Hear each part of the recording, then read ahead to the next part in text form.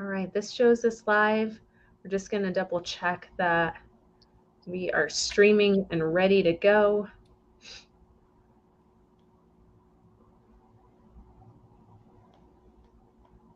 There we go. See that.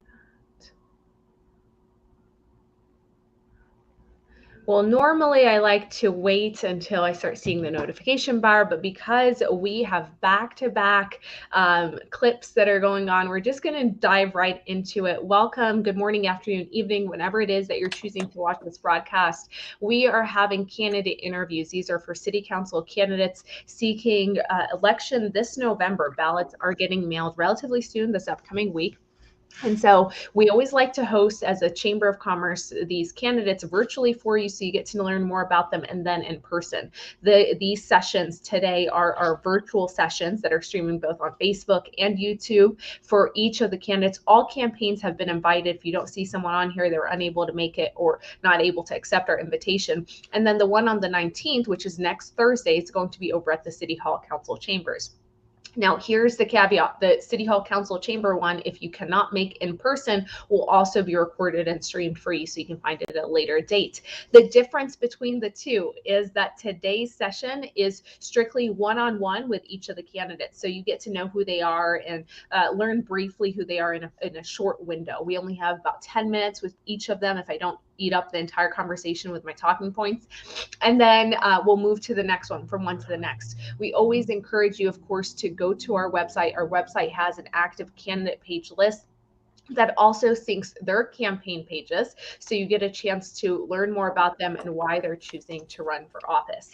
The forum that's on the 19th is a forum, not an interview. A forum means that it's questions and answers asked of each of the people all together at once. They're rapid fire, they're quick. It is so that you can learn immediately what their knee-jerk reaction would be to a situation that comes forward in front of them, and truly understand it from the lens of, okay, is this someone that I want to react to a situation that comes forward?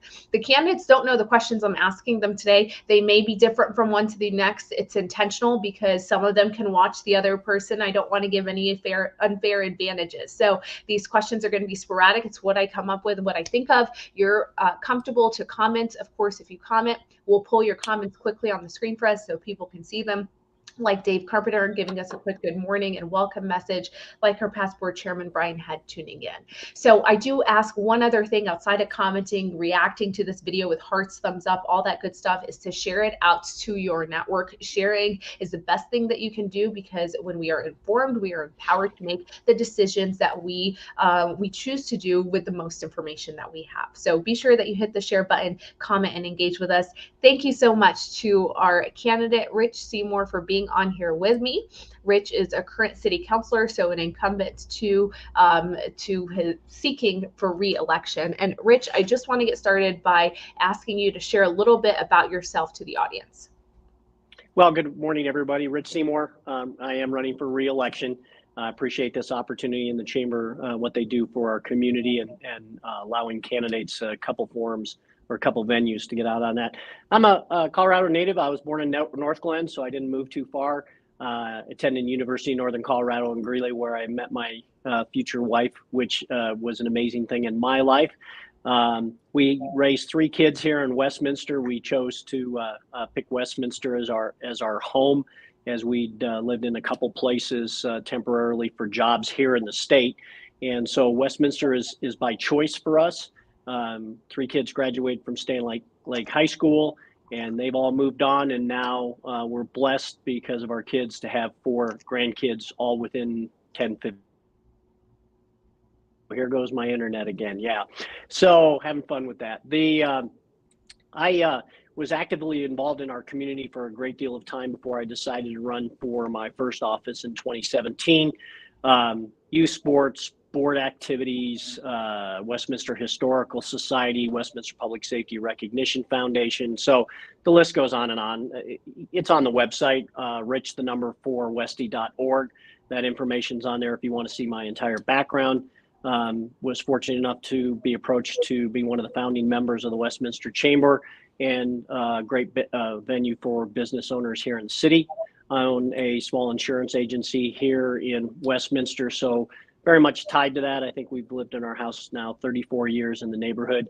And I've been honored for the last 4 years to serve the residents of Westminster in absolutely all my heart, mind, and soul. And so I've appreciated that opportunity, and I'm asking you for one more 4-year term. So thank you. Absolutely. Well, thank you so much, Rich, for that. Next question that I have for you is, if you can give me 5 words that describe your character.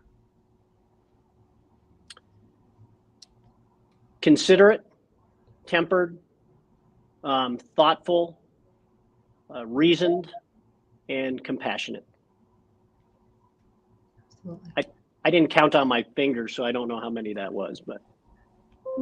So you shared that you've been in the community for as long as you have been, not only serving the community as council, but also serving other organizations and groups and different causes. What does your day-to-day look like for you? And can you share what if you have a career or profession that you also do outside of the council work? Yeah, absolutely. My day starts early. I'm an early riser, exercise early because then the rest of my day is chaos. I'm usually out marketing for my business at 7 a.m., one form or another. Then in my office by 9, it's filled with 8 different email boxes that I try to keep things separate in. The council job is fluid because emails come in from residents, from staff. Try to compartmentalize those, but it just doesn't work. Then most evenings, it's one event or another, either for the Rotary, Westminster Rotary, that I participate in, that we serve our community in. I'm a membership chair, so coffees and talking to people during the day that want to join our organization. And then most of my evenings, usually on a lucky week, 2 to 3 of the evenings are city contact, either boards or commissions that I serve on, or city events like tonight. This afternoon we'll be at Oakhurst Park talking to residents about what they want to reimagine as that. So, it's and then fitting time for the grandkids, especially on Fridays. It's a full schedule. That's what I signed up for. So why are you seeking re-election?